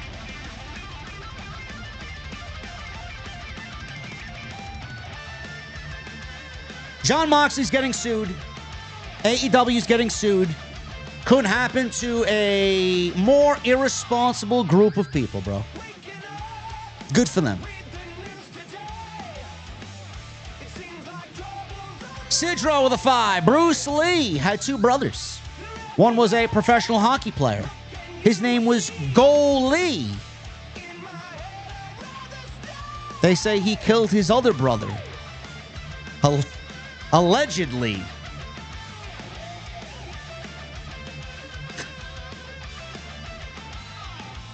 Is that right, Sidro?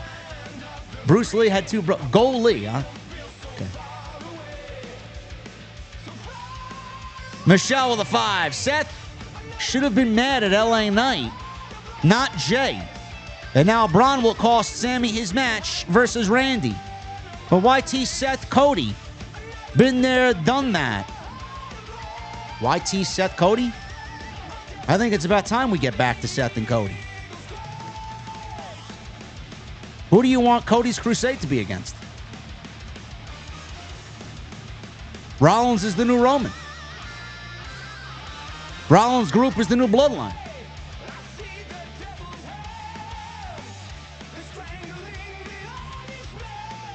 One-Winged Will with a 26 months. Thank you, brother.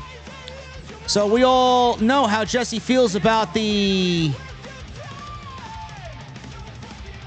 hoorah. How does JD feel about the baha? What are we talking about here? Hoorah?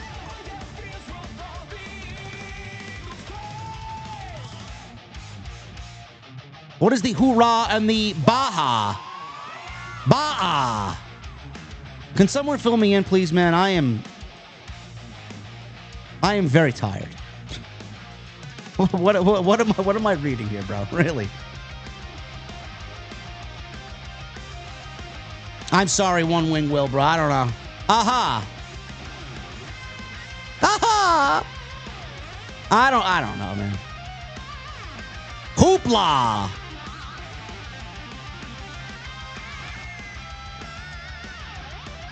Tony Brown, JD, Stephanie Vaquer has a tastier snack cakes than Hostess, especially the creamy center, you know, like the frosted chocolate. They give you diabetes. Tony, calm down, bro. Get in line, bro. Just get in line.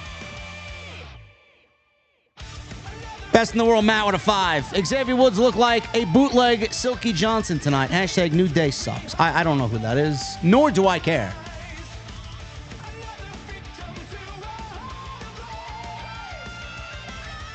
Zeno with a 20 and a 20. Zeno comes in with a $40 bomb. Oh, man. OTS Goldberg versus Gunther.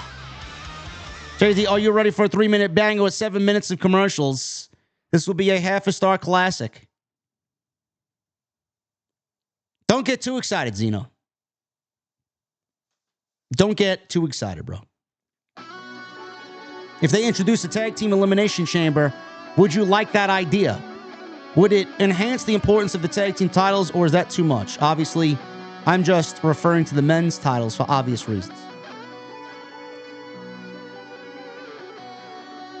If I'm not mistaken, I think they've done one tag team elimination chamber, no? Or was that a Hell in a Cell? I could have swore they did a tag team elimination chamber. I think they did one. I remember Lindsay Dorado being in one. The Lucha House Party, I believe, was in one.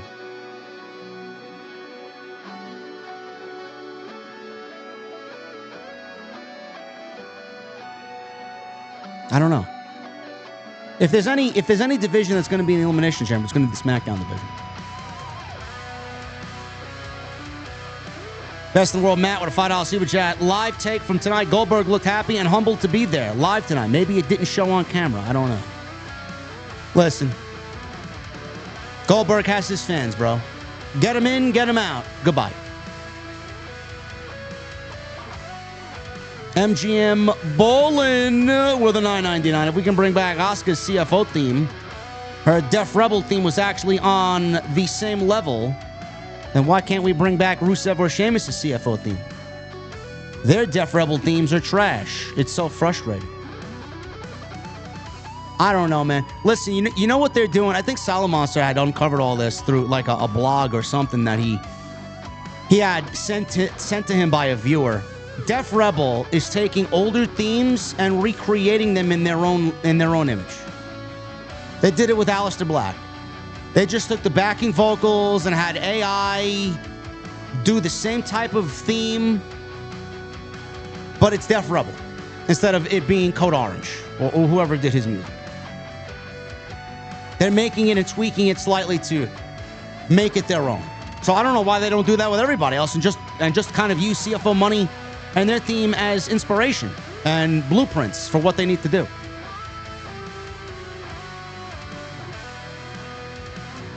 I don't know. Triple M. What's up, brother? $2 super chat. We love Sidro. Get better soon, champ.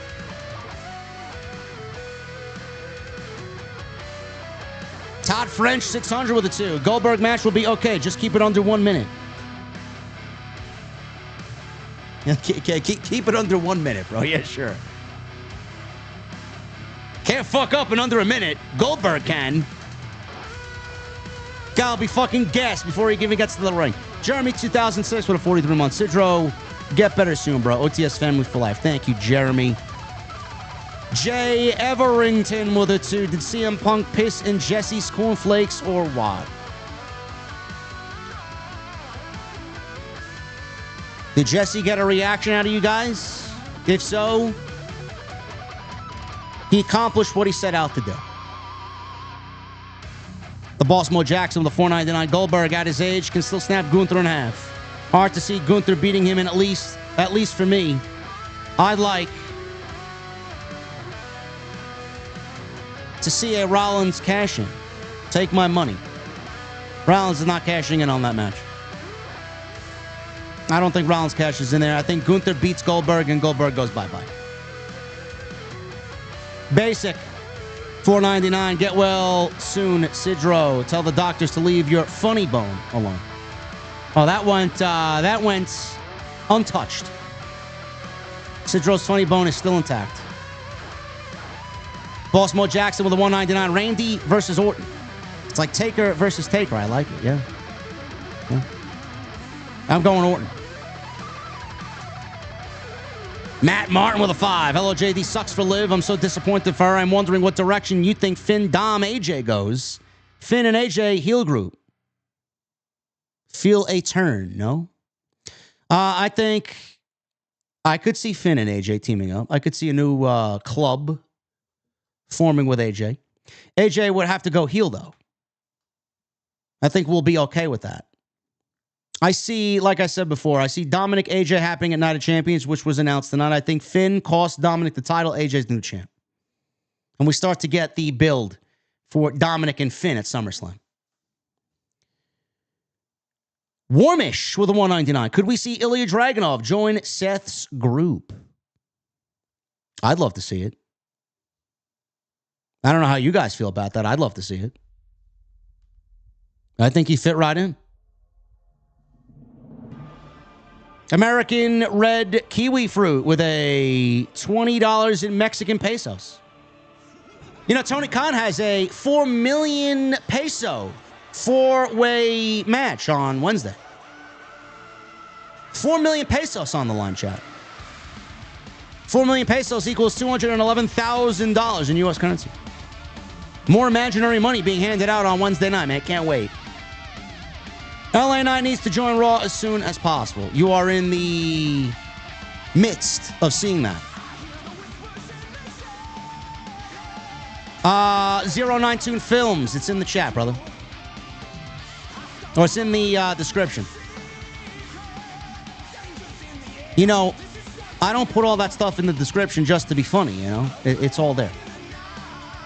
It's all down there. Even the Spotify playlist for all the songs I play is there. Let me double check to make sure it's there. I think it's there. Yeah, it's there. It's there. Thank you, Warmish. American Kiwi Fruit. Thank you, brother. DJ Iffy with a $10 super chat. Need that LA Knight versus Meth Rollins feud ASAP. But that ending implied Cody was the feud with Rollins. Yes. Could be a SummerSlam match. Could be a WrestleMania match or WrestleMania direction that they're teasing you with right now. Best in the world, Matt with a 5. Seth thought he was Sly tonight, wearing an orange striped tie and a navy blue suit. Guess what, Seth?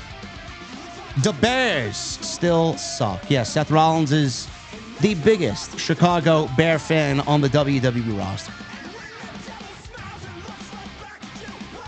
Street Fighter 88 with a 10. There was a drawing of an apple on the metal pan in the back of the Judgment Day Clubhouse with a Grim Reaper. Respect to Carlito. Carlito said today, I believe on Busted Open Radio, that he feels Triple H did respect him but did not like the Carlito character. Then why didn't he do anything to change it? Carlito's better off.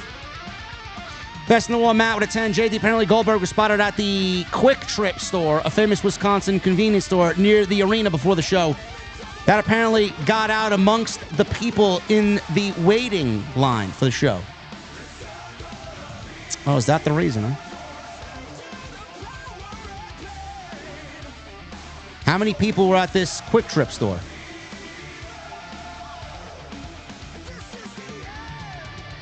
Fulgence Henry with a 10. What's up, brother? That is a Boss remote setup you have there, JD. Thank you, brother. It stresses me out, bro. I could go as simple could be, man. I could buy myself a fucking $20 mic. I could sit here with a fucking laptop camera. You don't want to know what I did today to make sure this stream happened today. Okay? I'll just leave it at that. Amanda Nicole with a new membership. Thank you, Amanda. That is awesome. Finally becomes a new member.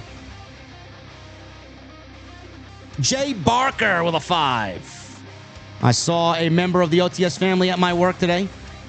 He was an OG JD listener for 13 years. He had the new CM Punk Fistful of Arrows shirt on. Well, how did you know he was a JD listener? Did he tell you?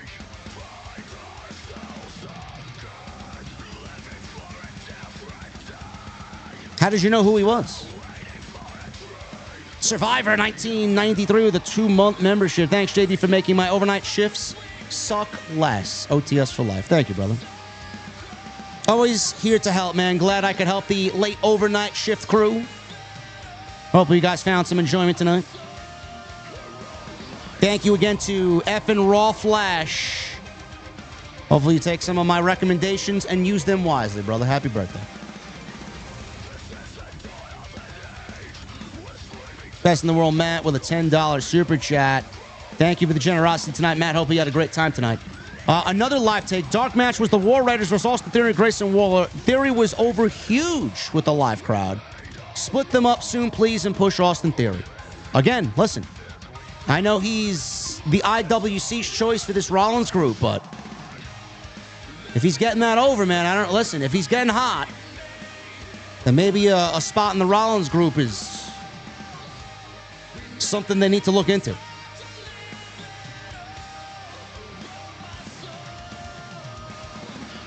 Why World of Wrestling podcast with the 199? Do you feel like WWE has improved since Money in the Bank? I do. I do. There's more of a focus on story. I do also think that Triple H has listened to the negative feedback, even though he says it doesn't bother him, and he's made the appropriate changes.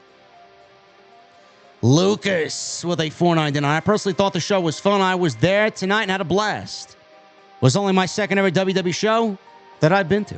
I don't know, man. It didn't translate well to me. I felt bored. I didn't really care. It lacked major star power up until maybe the first, or the last, I should say, 3 minutes or so. Mr. Team Bring It 123 with a 199. Are the rumors true? Is Jesse gay for CM Punk? No. No, he's not. Does Jesse have an infatuation with CM Punk in some weird way? Does he have CM Punk derangement syndrome like some of the people in the IWC have JD derangement syndrome? Yes. Yes, he does. It's almost like Larry shitting his fucking dinner. I don't know what happened. No, but no, Jesse's not gay for CM Punk. Coil Phoenix 713 with a 43 months. Thank you, Coil Phoenix. Coil Phoenix has been with me a very long time. Hey, JD, an honest question. After Seth wins the heavyweight championship, do you see Sami Zayn being the one to take the belt away from him? Yes. Yes, I do. Which makes me wonder which title he's going to go after, because if Cody and Cena is the direction, Cody's going to win that title back. They're not going to give Rollins that championship. It may end up being Gunther. Someone mentioned before, Saturday night's main event. It could be. Could be. Cam G. What's up, JD? Just showing some love. Thank you, brother. Cam G always comes in big, bro. Cam G is one of the big supporters here on the channel. It doesn't go unnoticed. Thank you, Cam G. Lavelle Gilliard with a 5. Lavelle just comes in, donates, doesn't even say a word. Love it. Scotsy with a 199. The Scotsman doesn't miss. TNT shirt delivered. Tell me that ain't a banger fucking shirt, Scotsy. Go get your TNT shirts, man. Seriously. Go get your TNT shirts. Bonfire.com. It'll be right on the homepage. You could even go look at I got the merchandise shop right underneath the video player. Whether you're watching me on your phone or your tablet or your PC, man. It's right there. Go get a shirt. Best design that's maybe Jason and myself have put our likeness to. Lavelle Gilliard with a $2 super chat. Does Cena drop the WWE title before December? Yes. Absolutely.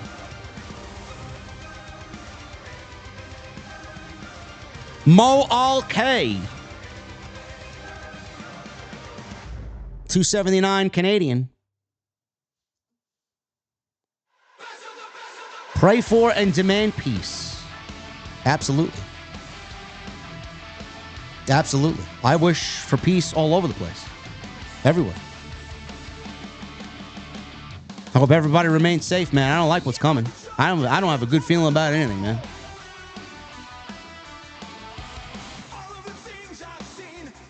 And DJ Iffy with a $9.99. Dirty Dom is bailing on Liv while she's hurt, just like he did Rhea. Yeah. Well, let's see.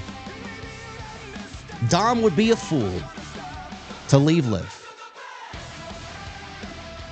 I know Roxanne is the new hot thing in town, but no thank you. Anyway, guys, that's all I got for you. We managed to go just 2 hours, man. It's crazy. Hopefully I sounded good. Hopefully I looked all right. Hopefully the music still kicked ass for you tonight. I appreciate you guys for hanging out with me. Follow me on social media at JDfromNY206. Twitter, Instagram, TikTok, and Cameo. If you guys want to share some clips of the show while I'm not home, I would very much appreciate it. Whatever you thought was a hot take tonight, throw it up on social media. Let me know what you guys think. Hit that subscribe button. Hit the thumbs up. Leave a comment down below. Go check out all the other content. Reminder again, no TNT tomorrow. We'll be back next Tuesday for episode 100. And the next time you see this guy, we'll be live on Wednesday. Jesse and I covered Dynamite on Off the Script. Should be a great show. Thank you guys very much. I will see you all back here live Wednesday night for the Dynamite stream on Off the Script. Thank you guys again and have a great night.